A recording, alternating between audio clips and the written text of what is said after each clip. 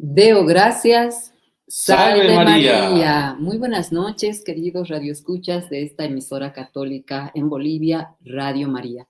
Aquí estamos sus servidores, Elisa Lanza y José Malqui, cooperadores terciarios de los Heraldos del Evangelio en Bolivia. Buenas noches, don José. Buenas noches, señora Elisa Lanza. Qué enorme placer siempre estar vivo, coleando, y para llegar un sábado más, pues semana a semana, para estar junto a ustedes, porque el mayor bien que podemos hacerles, gracias a Dios, movidos por la gracia, por su gracia, es por el celo de las almas, de hacer bien las almas, de hablarle de estos temas que a nuestro criterio y también puede ser a sugerencias de ustedes, sean para el bien y para conocer, para amar mejor nuestra fe católica, a la Santa Iglesia y crecer en devoción a Dios uno y trino, a Nuestra Señora María Santísima. Así es. Para hoy, pues, me gustaría que podamos conversar acerca de que cuando alguien se enferma, ¿usted se ha enfermado alguna vez, don José, de una otitis Ay, Dios. o algún malestar que le haya causado el perder el sentido del gusto, por ejemplo, cualquiera de esos sentidos también, ¿no? A veces hay enfermedades así Me ha pasado, me ha sucedido. ¿Mm? De muchacho, de chiquito, me pasó el tema de la otitis. La otitis. Qué dolor, Dios mío. Yo no sabía que había una escala de dolores, ¿no? Entre ellos, el primer dolor, digamos, es el del infarto, porque es el dolor cuando el músculo del corazón se parte y eso es lo que mata a la persona. Luego está el parto de las mamás, el dolor de parto, ¿no? Pero creo que en el quinto o sexto lugar está el tema de la otitis. Y claro, mi mamá me llevó al médico, todo, pucha, pues tenía estado tapada. ¿Y no podía escuchar? Y no podía escuchar. No podía Aparte del dolor, no escuchaba. Aparte del dolor, no escuchaba. Y bueno, también me pasó cuando hubo la emergencia sanitaria que todo el mundo ya conoce, del año 2020-2021. Perdí también el sentido del gusto y del olfato. Qué horrible que es eso. Qué horrible. Sí, a veces en resfríos muy fuertes también suele ocurrir esto, ¿no? Pero nada como en esas circunstancias. Ya. Qué cosa más desesperante, fea, ¿no? De no poder degustar nada, o sea, no tiene... ¿Sabe qué le quita una alegría de la vida, de los simples placeres que tiene uno en la vida? ¿No? De gustar oler algo, no sé, y de gustar lo más simple, aunque sea un platito cubano, ¿no? Así, huevito con plátano frito, no importa. Claro, y hablamos de esto de los sentidos porque muchas veces nosotros somos personas ciegas, sordas, mudas, que no tenemos, o sea, no nos damos cuenta de estas realidades sobrenaturales que ocurren en nuestra vida y estamos haciendo especial referencia al milagro más grande de la Iglesia Católica. Misterio y milagro, ¿no? Misterio y milagro. Es el tema que hoy queremos compartir en uno de los primeros programas de este año, porque pensamos que es necesario que todos nosotros como católicos reconozcamos la gran riqueza que tiene nuestra Iglesia y la aprendamos a degustar con todos nuestros sentidos. Así por eso es que estábamos hablando, que feo es no poder escuchar, no poder sentir el sabor ni olor, imagínense no poder ver. Y muchas veces nosotros caemos en esta ceguera espiritual y física cuando vamos a ser partícipes del gran milagro en nuestra iglesia, vamos a hablar cuál es, y realmente no nos damos cuenta de que estamos viviendo ese gran milagro. Y cuando no nos conduce justamente este atrofiamiento de los sentidos sobrenaturales, nos trae como consecuencias arideces espirituales, ¿no? Sí. Y decadencia espiritual, en vez de progresar espiritualmente, que estamos llamados a hacer, para ganarnos el cielo, ir a ser santos, al contrario, ¿no? Y enseguida les decimos de qué se trata. Pero antes, sí tenemos preparado a la vida de un santo, como en todos nuestros programas, porque es importante motivarnos de que todos, de alguna forma, podemos luchar por alcanzar la santidad. Y de eso se trata, poder conocer la vida de los santos de nuestra Santa Iglesia Católica. Hoy vamos a ver la vida antes, nos estamos olvidando algo. Ay, pero por Importantísimo. favor, claro, no Recomendar. podemos empezar a dar un paso, queremos correr antes sin Así haber es, gateado. sí. No podemos empezar sin encomendarnos a Dios a través de María Santísima, nuestra Reina y Soberana Medianera, a través de una oración. En el nombre del Padre, del Hijo, del Espíritu Santo. Dios te salve, Reina y Madre de misericordia, Vida, dulzura y esperanza nuestra, Dios te Dios te salve. salve. A ti clamamos los desterrados hijos de Eva. A ti suspiramos, gimiendo y llorando en este valle de lágrimas. Ea pues, Señora y abogada nuestra, vuelve a nosotros esos tus ojos misericordiosos. Y después de este destierro, muéstranos a Jesús, fruto bendito de tu vientre, oh clemente, oh piadosa, oh dulce siempre Virgen María. Ruega por nosotros, Santa Madre de Dios, para que seamos dignos de alcanzar las promesas y gracias de nuestro Señor Jesucristo. Amén. En el nombre del Padre, del Hijo y del Espíritu Santo. Ahora sí, a ver, ¿qué ejemplar vida vamos a tocar ahora? Le tocó el pirulito a usted, escogió, a ver. Charles de Foucault. Uh. Beato, Carlos de Jesús, también era su nombre ya de consagrado a Dios. ¿Quién era él? Un presbítero, su fecha es el 1 de diciembre. Uh-huh. Él vivió gran parte de su vida en Tamanrasset, Argelia. Hasta que murió en 1916. 1916. Fecha de beatificación, 13 de noviembre del 2005, durante el pontificado de Su Santidad Sumo Pontífice Benedicto XVI. Adelante. Hermano Carlos de Jesús nació en Francia, en Estrasburgo, el 15 de septiembre de 1858. Huérfano a los 6 años. Creció con su hermana María bajo los cuidados de su abuelo, orientándose hacia la carrera militar. Adolescente, pierde la fe. Conocido por su gusto de la vida fácil, él revela, no obstante, una voluntad fuerte y constante en las dificultades. Emprende una peligrosa exploración a Marruecos. El testimonio de fe de los musulmanes despierta en él un cuestionamiento sobre Dios. Dios mío, si existes, haz que te conozca. Regresando a Francia, le emociona mucho la acogida discreta y cariñosa de su familia profundamente cristiana y comienza una búsqueda. Guiado por un sacerdote, el padre Houvelin, él encuentra a Dios en octubre de 1886. Tiene 28 años. Enseguida que comprendí, va a decir él, que existía un Dios, comprendí que no podía ser otra cosa que de vivir solo para Él. Durante una peregrinación a Tierra Santa, descubre su vocación, seguir a Jesús en su vida de Nazaret. Pasa 7 años en la trapa. Primero, Nuestra Señora de las Nieves, después Akbes en Siria. Enseguida, después, él vive solo en la oración y adoración cerca de las clarisas de Nazaret. Ordenado sacerdote a los 43 años, en 1901, parte al Sahara, primero Beni Abbes, después Tamanrasset, en medio de los tuaregs del hogar. Quiere ir al encuentro de los más alejados, los más olvidados y abandonados. Quiere que cada uno de los que lo visiten lo consideren como un hermano, el hermano universal.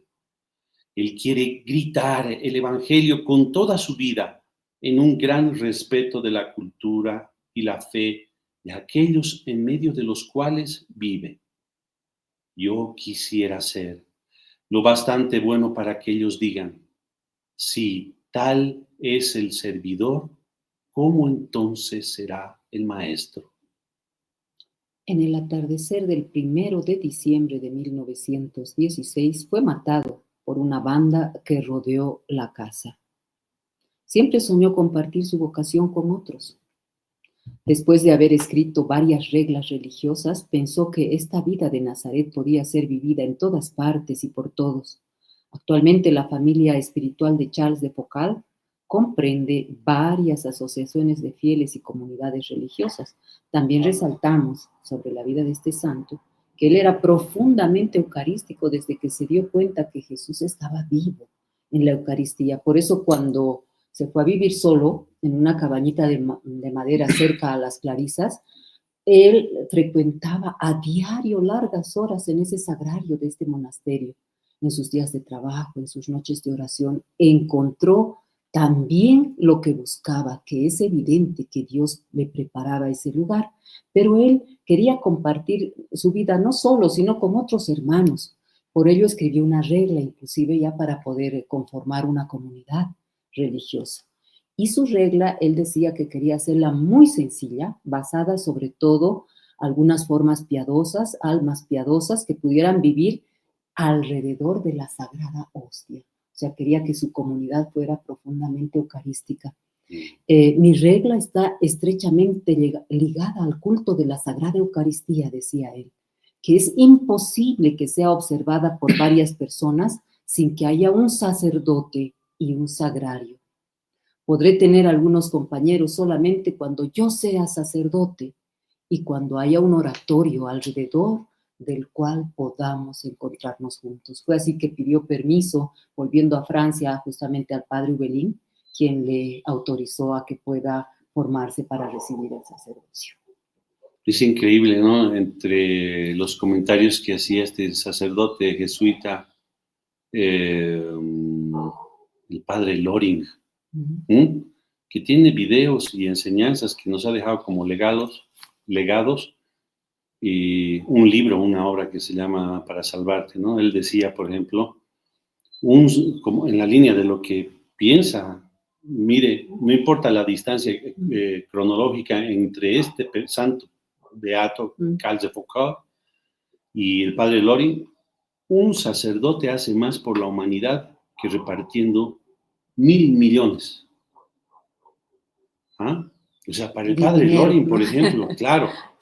Pero antes vamos a introducir que es nuestro tema del que vamos a hablar. Por eso hemos resaltado esta parte de este último santo, porque realmente él se dio cuenta que una comunidad religiosa sin el corazón, que es tener un sagrario con la hostia consagrada, sin tener un sacerdote en ese lugar que pueda bajar a Dios del cielo para quedarse en ese pedazo de pan consagrado, pues no tendría sentido. Y lo mismo, hablando ya de nuestra iglesia no tendría sentido si no existiera este santo sacramento, el sacramento del amor, el sacramento de la caridad, que es la Santísima Eucaristía. Por tanto, queremos hablarles hoy, queridos amigos, del misterio grande, el gran milagro que es la Santa Misa. No,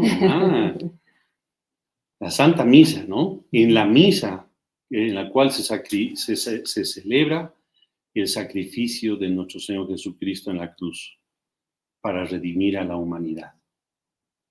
Porque muchos ven hoy en día que solamente se trata de una simple simbología. Sí, está llena de símbolos, pero más allá de eso, no ven el trasfondo sobrenatural que es el legado de Jesucristo que se perpetúa y se renueva en cada misa. Y este es el acto de Cristo muriendo en la cruz. Es lo que es lo más grande de la historia de la humanidad. Así es. Como usted decía, don José, es que en cada misa a la que participamos se renueva místicamente e incruentamente el sacrificio de Jesús en la cruz. Pero yo quisiera ahora, para que nos entiendan nuestros radioescuchas y quienes deseen volver a ver, a participar en este programa, pero en video, nos pueden encontrar en la plataforma de YouTube, en el programa Deo Gracias. ¿Por qué hacíamos referencia a la pérdida de los sentidos, de lo cual inicialmente hablábamos, ¿no? Y es que en el mundo y en el ajetreo y en el corre-corre tan frenético de hoy, y cómo se ha ido dando una involución del hombre en materia espiritual, el alejamiento de los corazones del hombre respecto de Dios, nuestro Creador, un enfriamiento.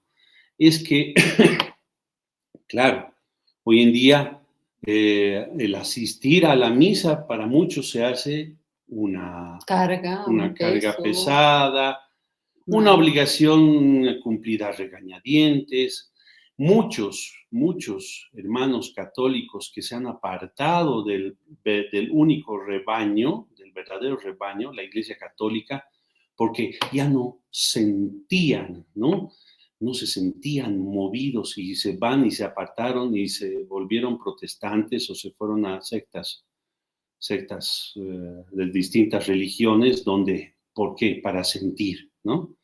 Y muchos otros que porque veían cierta rutina en el comportamiento, en el habla, en el tono de voz de los sacerdotes al decir las homilías, que no les prendía, digamos, el fuego en el alma, y tantas otras excusas así. Pues esos son porque los sentidos sobrenaturales que tenemos están obstruidos, tapados, ¿no? Como los oídos, los ojos con lagañas, el sentido del gusto y del olfato atrofiados. ¿Por qué? Nos referimos, son formas, digamos, gráficas para ponerlos un poco en contexto.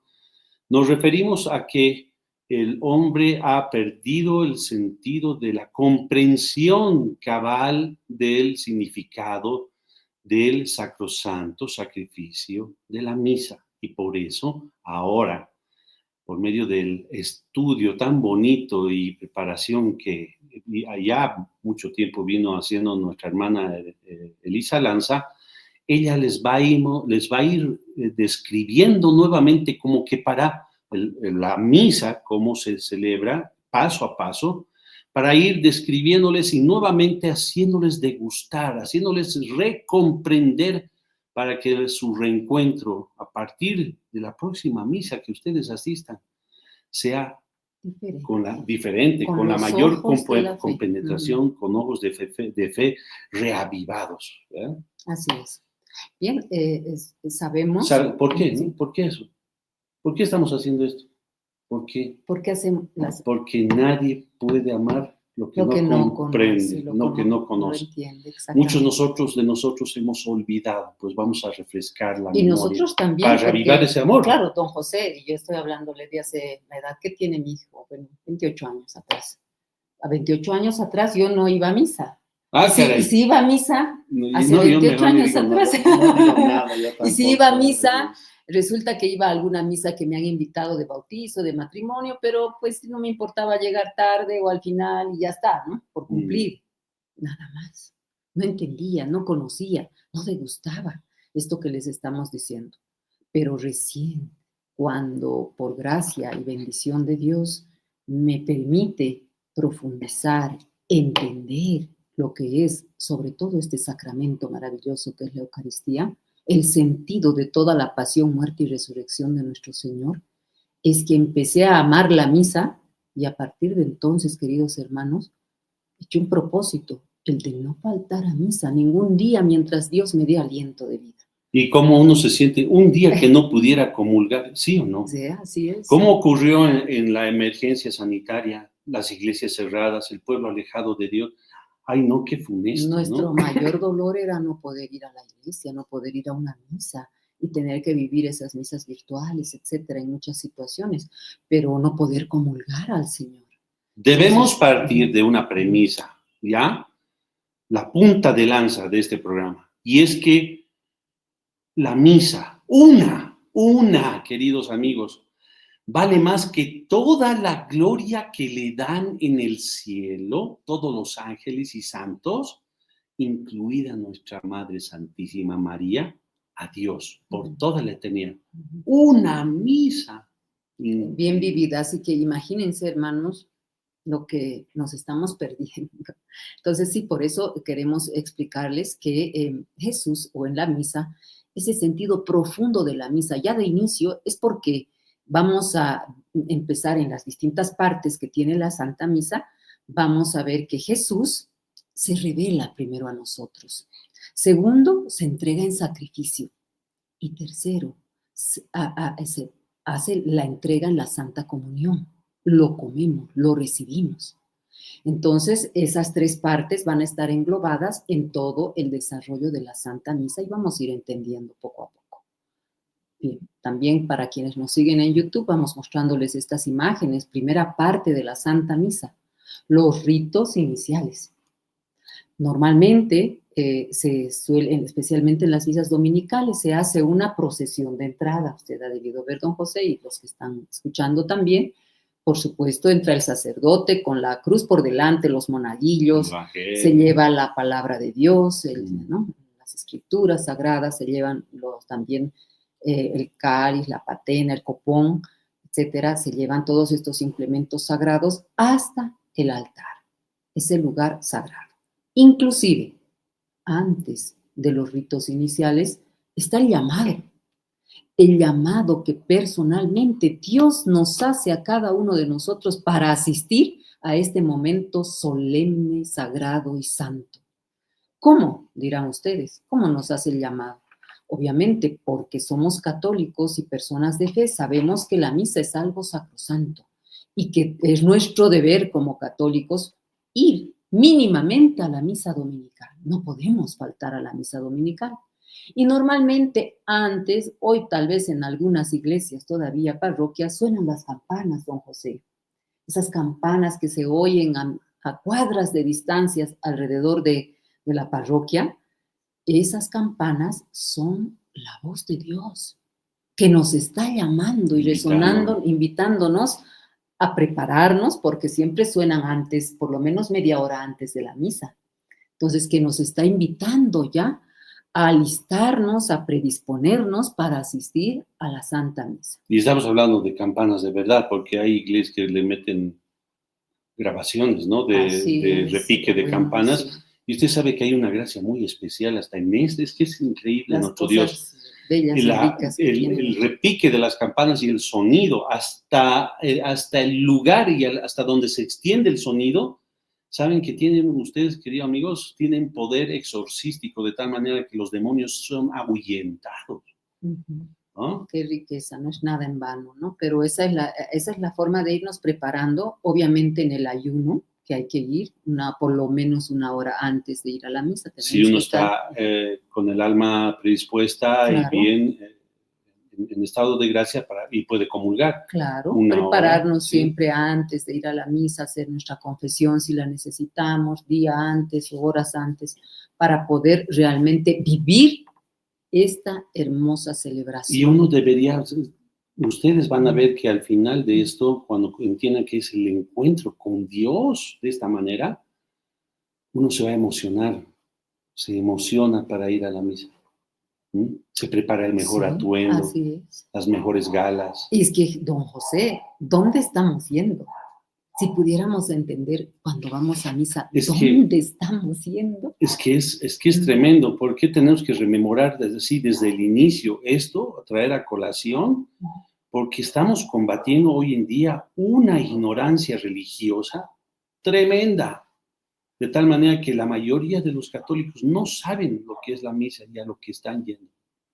Así es. Por eso, bueno, esta catequesis que de alguna manera la hacemos sobre el sentido y profundidad de la misa, ojalá nos llegue al corazón. Bien, entonces una vez que llegamos a la iglesia, llegamos a la misa, ¿no? Vestidos decorosamente, con modestia, pulcramente, como si estuviéramos yendo a un palacio, por supuesto, a visitar al Rey de Reyes, o sea, al Creador, a nuestro Dios, que va a bajar del cielo y se va a quedar en un pedazo de pan. Estamos en los ritos iniciales, pues seguimos en silencio toda la entrada de la procesión que hay de inicio del sacerdote y demás fieles que siguen esto. El sacerdote se dirige al altar. Una vez en el altar, lo primero que hace es besar el altar.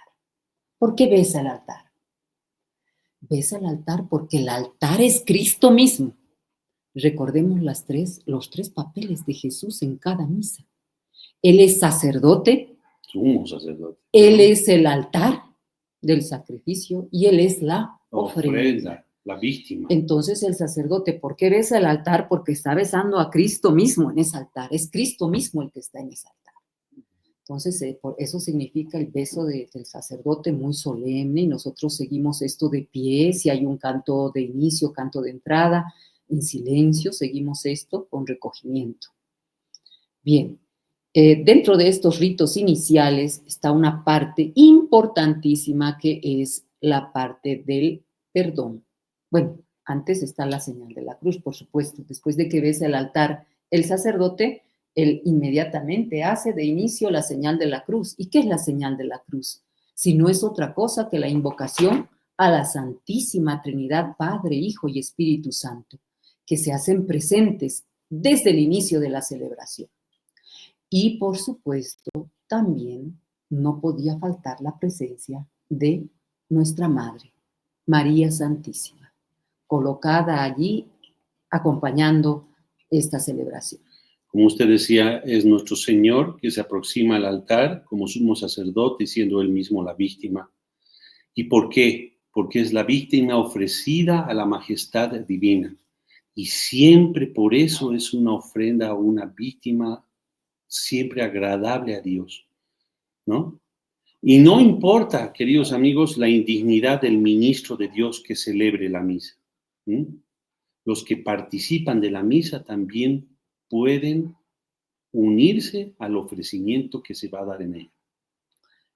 Importante comprender cómo a nuestros santos de la iglesia, ahorita hemos hablado de un santo, pero hay muchos santos místicos de nuestra iglesia a los que el mismo Señor y nuestra Madre Santísima les han revelado lo que realmente ocurre en cada parte de la Santa Misa. Uno de esos es Padre Pío, muy conocido. San Pío de Pietrelcina. San Pío de Pietrelcina, a quien el Señor le ha revelado todo lo que ocurre en las partes de la misa y la relación íntima que ocurre desde el inicio, desde la señal de la cruz, con la pasión de nuestro Señor Jesús. Sabe que al Padre Pío le preguntaban cuán importante para él era la misa. ¿Sabe qué decía? Él decía, si por mí fuera, pasaría todo el día en el altar, celebrando. Pero era así, duraban horas las celebraciones que él hacía porque realmente entraba en un éxtasis de vivir a plenitud lo que es el santo sacrificio del altar. Entonces, desde la señal de la cruz, queridos amigos, hasta el momento del ofertorio, va a estar ahí la parte de que es del perdón, que se llama el acto penitencial. Es necesario que, como le dijo el Señor a Padre Pío, nosotros nos remontemos, nos transportemos hasta el lugar de oración en el Getsemaní. Cuando Jesús, después de la última cena, deja a sus apóstoles, etcétera, y se retira a orar en el huerto de Getsemaní. Seguimos a Jesús en su agonía, sufriendo esta marea negra de pecado. Hay que unirse a Él en el dolor de ver que la palabra del Padre que Él había venido a traernos no sería recibida o sería recibida muy mal por los hombres. Y desde esta óptica había que escuchar las lecturas, que también son la siguiente parte. Todavía no estamos entrando. Estamos en el acto penitencial. Si estamos hablando de que a partir de allí está ocurriendo toda la agonía del Señor, tanto en el huerto de los olivos, su posterior captura, ¿no? Se van siguiendo paso a paso en esta introducción de la misa, la captura de Jesús, entregado por Judas, conducido hacia el Sanedrín a juicio por los sacerdotes judíos, ¿no? Todo esto, los golpes que de principio empieza a recibir, los escupitajos, las calumnias, etcétera, las humillaciones y oprobios. Traer a nuestra mente todo esto, para que en humildad nosotros bajemos nuestra cabeza y hagamos el confiteor que se llama, o el yo confieso, que es una oración de petición de perdón muy profunda, donde invocamos a María Santísima, donde se invoca a San Miguel Arcángel, a los apóstoles Pedro y Pablo, a los ángeles de Dios, etcétera, reconociendo nuestras culpas, pero que además pecamos de pensamiento, palabra, obra y omisión, y esto es muy importante, porque a diario pecamos así, en estas formas. Y este momento del acto penitencial es tan importante porque el sacerdote que está actuando en persona de Cristo nos dará la absolución total de esas pequeñas faltas que a diario cometemos.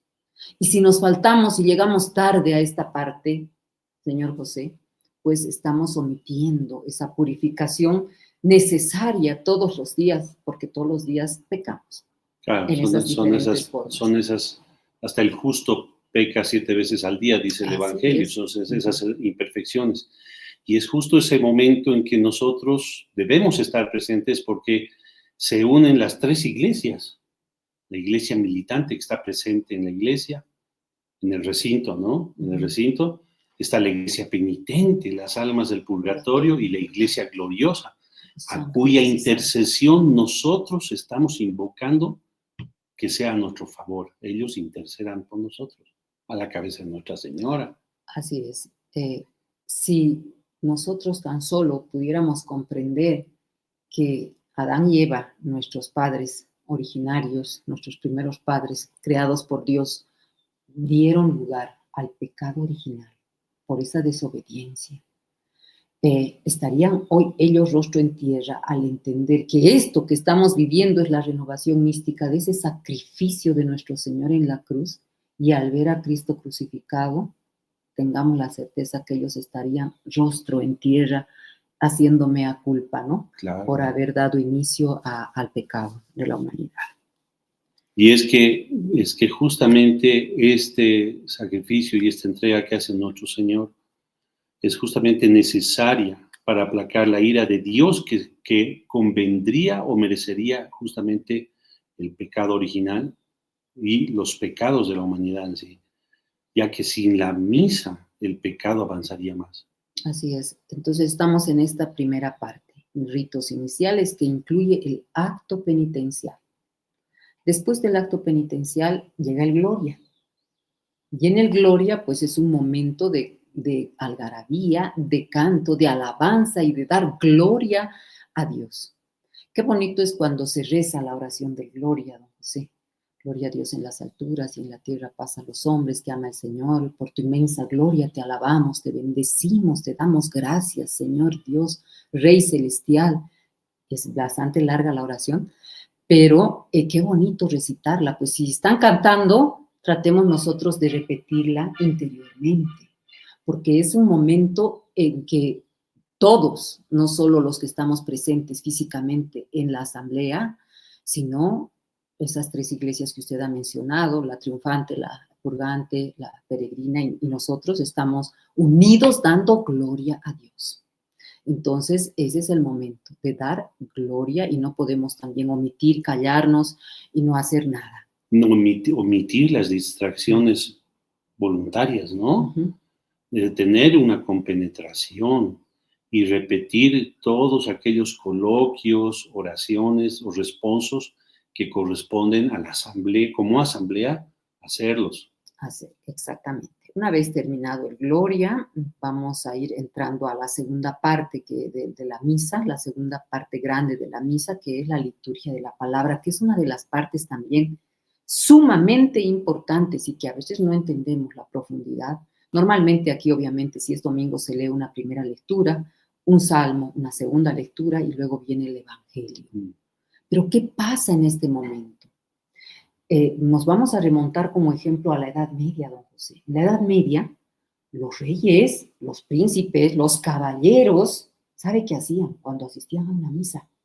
Los reyes se sacaban su corona en el momento de la palabra, de que se iba a proclamar la palabra de Dios, en señal de que lo que ellos podrían decir no era superior a lo que Dios mandaba que ellos tuvieran que hacer como reyes. Qué bonito. Era un acto simbólico muy profundo que ellos hacían, y lo mismo los caballeros de armadura, los caballeros de ese tiempo envainaban su espada. como que, desenvainaban su espada para demostrar que ellos estaban prestos, siempre listos a defender el evangelio y la gloria de Dios. O sea, claro que sí. Y eran actos hermosos, ¿no?, que tenían en ese tiempo. Entonces, ¿cuánto más nosotros que sabemos tantas cosas, don José, podríamos tener mayor reverencia, mayor sacralidad en cada momento de la misa? Entonces, y yo le apuesto que ahora justamente algo que rescata de esa simbología son cuando el sacerdote, si ya está entrando al anunciación del Evangelio, ¿sí?, el sacerdote dice Evangelio según San, uno de los evangelistas. ¿Qué hace el resto de la gente? La asamblea. Una señal, se signa con la cruz. Se hace 3 crucecitas, ¿no? Una en la frente, otro en los labios y otro en el corazón, que tiene un sentido. Una profunda significación. Lo hace en la frente para pedir a Dios que su palabra pues sea entendimiento, la comprensión que necesitamos. La hacemos en los labios para poder proclamar su palabra. No guardárnoslas para nosotros, sino que seamos nuevos enviados, apóstoles, heraldos de su evangelio. Así es. Y la ponemos hacemos la tercera cruz en el corazón, pues para que esa palabra cale en lo profundo de nuestro ser. La atesoremos en lo más la guardemos y no sea desechada, ¿no? Entonces, solo se hace esas 3 cruces, por si acaso, para quienes no lo sabían. Pero además algo importante y hermoso ocurre en este momento de la proclamación del evangelio especialmente. Es nuestro Señor quien unge al sacerdote para que él pueda proclamar la palabra de Dios y luego pueda dar la homilía, pero no solo unge a él, nos unge a nosotros. Si vamos preparados, si vamos predispuestos a recibir esta palabra de Dios, el consejo, la voz de Dios que habla a cada uno de nosotros, entonces vamos a recibir esta efusión de gracias de las manos de nuestro Señor para que realmente esa palabra llegue a nuestro pensamiento, a nuestra mente, a nuestros labios y a nuestro corazón y nos dé respuestas, porque así es. La palabra de Dios no puede entrar a un alma sin dejar algo, sin dejar huella. Y si el alma está preparada, con mayor razón. Bien, vamos a continuar la liturgia de la Eucaristía. En la liturgia de la Eucaristía, que es la tercera parte importante, tal vez la más importante, yo diría, porque allí vamos a ver estas otras partes, subpartes que son 8, pero está antes el ofertorio. Aquí se incluye el ofertorio. Hay una paréntesis. Ya. Desde la señal de la cruz del ingreso a la iglesia, el comienzo de la misa, hasta esta parte del ofertorio, es una primera parte que simboliza nuestro encuentro con Jesús y contemplándolo en el huerto de los olivos. Claro, y ya hemos llegado al ofertorio, pero en el ofertorio ya es hasta donde les van despojando a Jesús de sus vestiduras ya.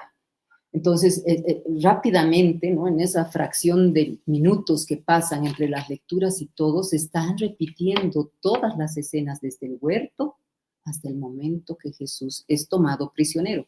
Justamente en el ofertorio es cuando Él dice, la hora ha llegado. Cuando lo van a tomar, ¿no? Ese es el cuando momento. Muchos discípulos abandonaron a Jesús, ¿no?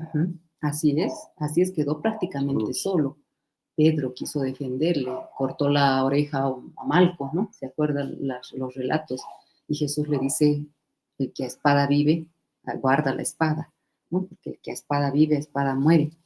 Y bueno, todo eso se va repitiendo. Entonces, por eso es que nosotros debemos estar en esa actitud, no de distracción, no de nuestra mente en que alguien me va a llamar o qué tengo que hacer inmediatamente más un rato.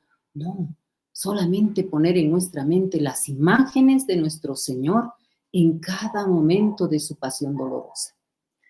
En el ofertorio es importante porque nosotros no solo vamos a dar una ofrenda material, no sé, que es la limosna que se da en ese momento, sino lo más importante es la ofrenda del corazón y del alma que nosotros podamos dar a nuestro Señor. Pero ¿qué podemos ofrecer? Nuestra vida toda, don José. Si Dios nos ha dado la vida y Dios está renovando su sacrificio nuevamente en el altar. Yo, ¿qué puedo dar si no es mi vida también unida a la de Cristo en ese momento? Entonces, junto a eso estarán mis penas, mis alegrías, mis sufrimientos, mis logros, mis proyectos, Lo mis más esperanzas. importante que nuestro Señor le decía y le pedía a... ¿Quién fue el que tradujo? No me acuerdo ahorita los evangelios. San Jerónimo. San Jerónimo. Y le decía a Jerónimo, le decía, Señor, yo ya te lo he dado todo, mi hacienda, mis bienes, ¿no? Uh-huh. Y todo mi tiempo y me dedico a ti. ¿Qué más quieres? ¿Qué quieres de mí? Yo quiero que me des tus pecados, tus miserias. Exactamente, miren, en ese momento, qué oportuno. Obviamente si estoy confesada y en gracia para poder luego recibir a Jesús en la Eucaristía, pero igual, esa condición de pecadores la vamos a arrastrar hasta la eternidad y hasta donde el Señor disponga. Pero qué bonito poder ofrecer eso. ¿Y saben quién se hace cargo de llevar esas ofrendas hasta el altar de Dios? ¿Usted sabe, don José? Por favor. Bueno, en la misa no estamos solos, no vamos solos. Siempre va con nosotros nuestro ángel de la guarda. Y ese es nuestro santo ángel quien toma esa ofrenda espiritual en sus manos y la lleva hasta el altar para unirse junto a la máxima ofrenda que es nuestro Señor Jesús, ofrecido todo al Padre en oblación. Imagínense si no tenemos nada que ofrecer. Si estamos distraídos, ¿verdad? Y no hemos ofrecido nada, la tristeza que podrá tener nuestro ángel, ¿no? Exactamente.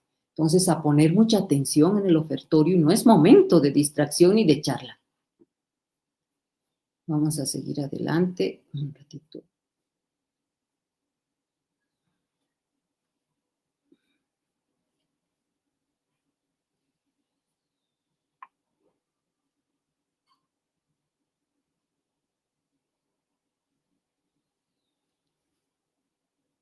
El primero que se ofrece, claro, es nuestro propio Señor Jesucristo, ¿no? Uh-huh.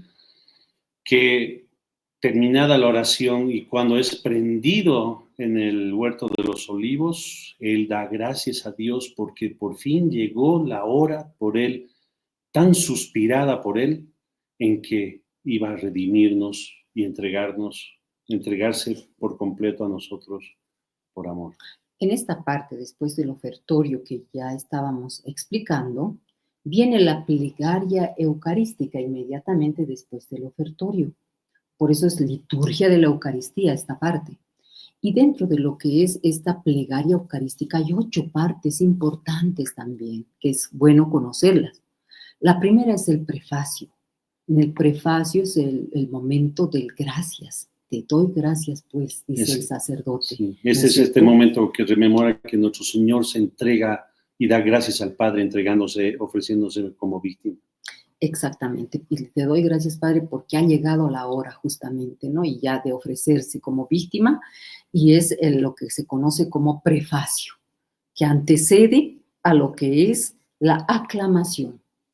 La segunda parte de esta plegaria eucarística es la aclamación. ¿Y cuál es la aclamación? La conocemos. Es el momento del cántico del santo, santo, santo. 3 veces santo, ya sea recitada, se hace esta oración o se la hace cantada en las misas y es específica para reconocer la santidad de Dios. Es el momento que nosotros también, después del canto, vamos a doblar rodillas inmediatamente después del santo. Pero estamos en la segunda parte de la plegaria eucarística, que es la aclamación. La tercera parte es la epíclesis. Y la epíclesis es el momento en que el sacerdote, con las 2 manos sobre el altar, sobre las especies pan y vino, invoca la presencia del Espíritu Santo. Y allí, pues, es que todos, con la ayuda del sonido de las campanillas, pues vamos nos ponemos a acompañar en silencio y de rodillas, ¿no? El sacrosanto sacrificio incruento de Jesús inmolado nuevamente en el altar. Y nos ponemos de rodillas porque el cielo se abre a plenitud. Los coros de ángeles forman filas para recibir a nuestro Señor que está bajando para que gracias al poder que Dios mismo le ha dado sus solamente ministros. a sus ministros consagrados, los sacerdotes, Se a opere. través de esas manos se opere el gran milagro de la transubstanciación. Qué maravilla. ¿Qué es la transubstanciación, don José? Por favor, continúe. La transubstanciación es ese momento donde ocurre la transformación de ese cuerpo material que es el pan, la hostia. No en su materia. Claro, que es el momento de transformación de esa materia, que es materia, a algo divino. ¿no? Pasa a ser no en su materia, algo divino. en su esencia. En su el pan sigue siendo pan. Correcto. El vino sigue siendo vino.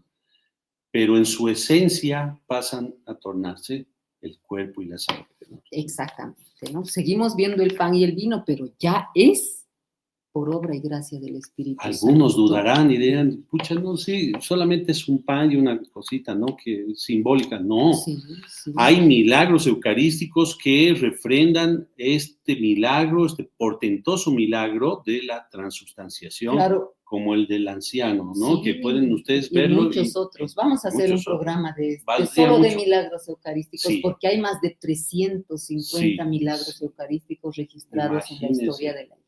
Entonces sí vamos a hablar, pero lo importante es que no, pues no, a veces uno dirá, pero son los que no creen pues en Dios o de las iglesias evangélicas, los que no creen que Jesús esté en la Eucaristía. No, señores. También los milagros eucarísticos han ocurrido porque católicos no han creído que Jesús esté en la Eucaristía. Un aspecto que hay que recalcar acá y que se dio en el ofertorio cuando el sacerdote prepara las especias, ¿no? Y a la copa o al cáliz echa el vino y añade una gotita de agua. ¿Ustedes saben lo que significa esa gotita de agua? Señora Alicia, por favor. Sí, ahí los que pueden ver tenemos la imagen, ¿no? En ese momento la simbología de la unión de la divinidad con la humanidad. Pero también no solo la divinidad y humanidad que es nuestro Señor mismo Jesucristo, sino nosotros. Esa pequeña gota somos cada uno de nosotros participantes de esa Santa Misa. Con nuestro propio sacrificio, ¿no? Unido al sacrificio de Dios. Y como bautizados de esta Santa Iglesia Católica. ¿No? Y además que representan ese puñado, esos todos por los cuales nuestro Señor Jesucristo entrega su vida. ¿no? Imagínese la grandeza. Nos hace parte de Él en ese momento, antes de la consagración. Una bendición. Eso significa, hay un adagio que dice, una fórmula que dice, nada más todo es igual a todo. Y sí. Es decir, nosotros que somos nada, esa gotita, representados en esa gotita, unidos al todo, reconociendo la sangre, la divinidad en la sangre de Jesucristo, vamos a ser parte de ese todo que es la sagrada hostia transubstanciada, que luego se dará en comunión a nosotros. Así es. Luego la cuarta parte, habíamos visto la tercera, la epíclesis, que es la que estábamos mencionando. La cuarta es la narración. La narración de la última cena, la institución de la Eucaristía, propiamente, la consagración, exactamente es en ese lugar. Pero se conoce así como narración. La quinta parte es la anamnesis que se conoce. La anamnesis es ya el memorial mismo, cuando el Señor pide, hagan esto en memoria mía. Y se conoce con ese nombre. Luego está la oblación, sexta parte de la plegaria eucarística. Aquí, la oblación, cada uno de nosotros puede hacer una oblación personal. Nosotros tenemos que colocarnos espiritualmente en la patena donde está siendo consagrado el Señor, ¿no? De poner eso en nuestra mente, en nuestro corazón, porque queremos nosotros unirnos a esa oblación. Queremos ser una hostia viva con nuestro Señor Jesucristo. Entonces, no se distraigan, no nos distraigamos. Séptima parte, la intercesión. Ahí el sacerdote menciona una oración por el Papa, por los obispos, ¿no? también por el pueblo de Dios, por Una los oración vivos, colectiva, por ¿no? los difuntos. En ese momento, antes de que sea la doxología final, que es la última parte, donde el sacerdote dirá, por Cristo, con Él y en Él. Esa oración, que es maravillosa, solo tiene que ser repetida por el sacerdote. Los laicos, los fieles que estamos participando, no podemos repetir estas palabras. A veces cometemos este error, pero esa es una oración que compete solamente al sacerdote. Y es prácticamente la oración con la que se cierra esta parte de la plegaria eucarística antes de la comunión. Después de esto va a venir lo que es el Padre Nuestro.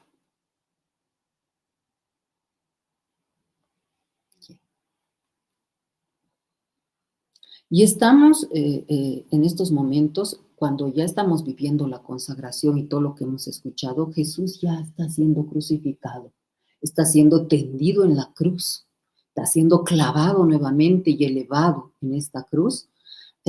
Ya ha sido coronado de espinas, ya ha sido despojado de sus vestiduras e inclusive va a exhalar ya su último aliento entregando su alma a Dios. Padre, en tus manos encomiendo mi espíritu. Ese es el paralelo con esa última parte que hemos visto, don José, por Cristo, con Él y en Él, es la entrega definitiva de Cristo al Padre en su último aliento.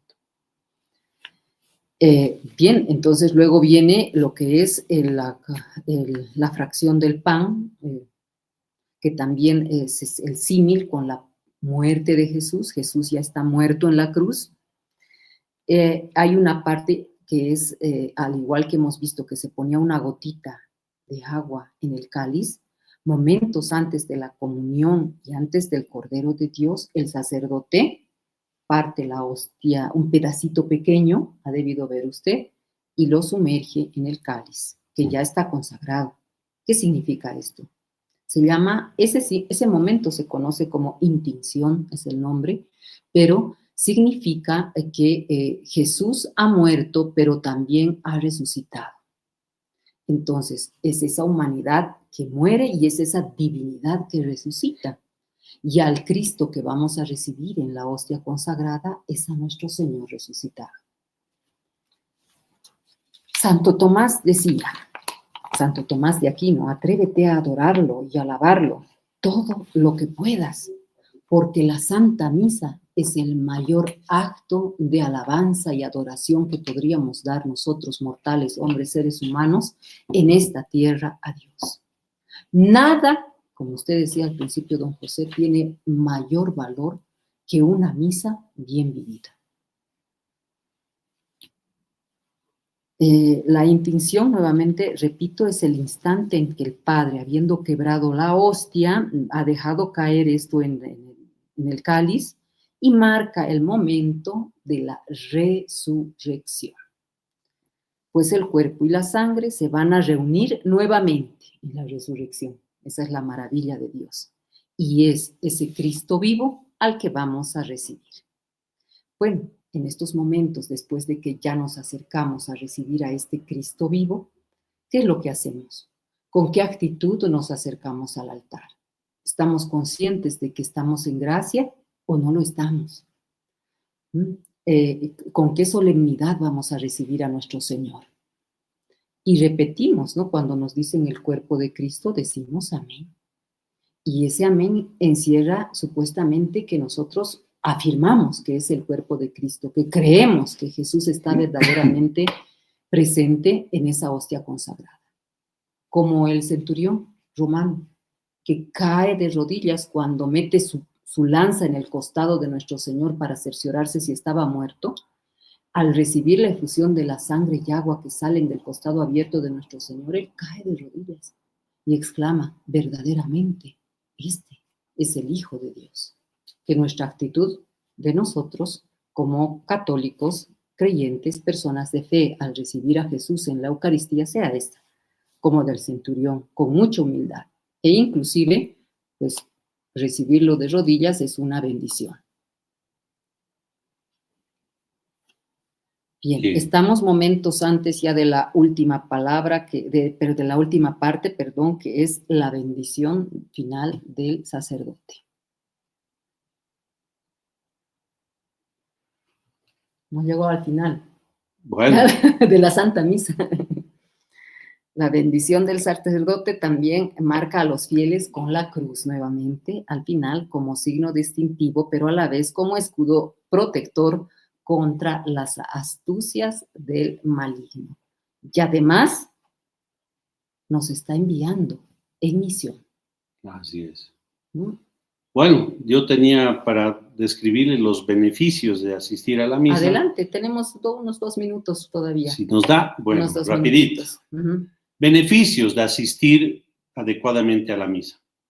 Nos hace capaces de pagar todas las deudas que tengamos contraídas con Dios por nuestros pecados. En la doxología, cuando dice por Cristo, con Él, en Él, alabamos a Dios unidos con nuestro Señor Jesucristo por sus méritos. Una misa con fe y devoción debidas, damos una alabanza mayor a Dios, más perfecta que los ángeles y los santos. Ofrecemos por los méritos infinitos de nuestro Señor Jesucristo.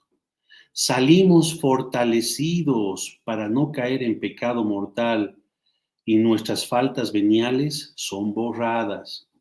Un pecador que asiste, si bien no le sirve como mérito sobrenatural, al menos sí le sirve como suplicante Dios, atrayendo así gracias de conversión.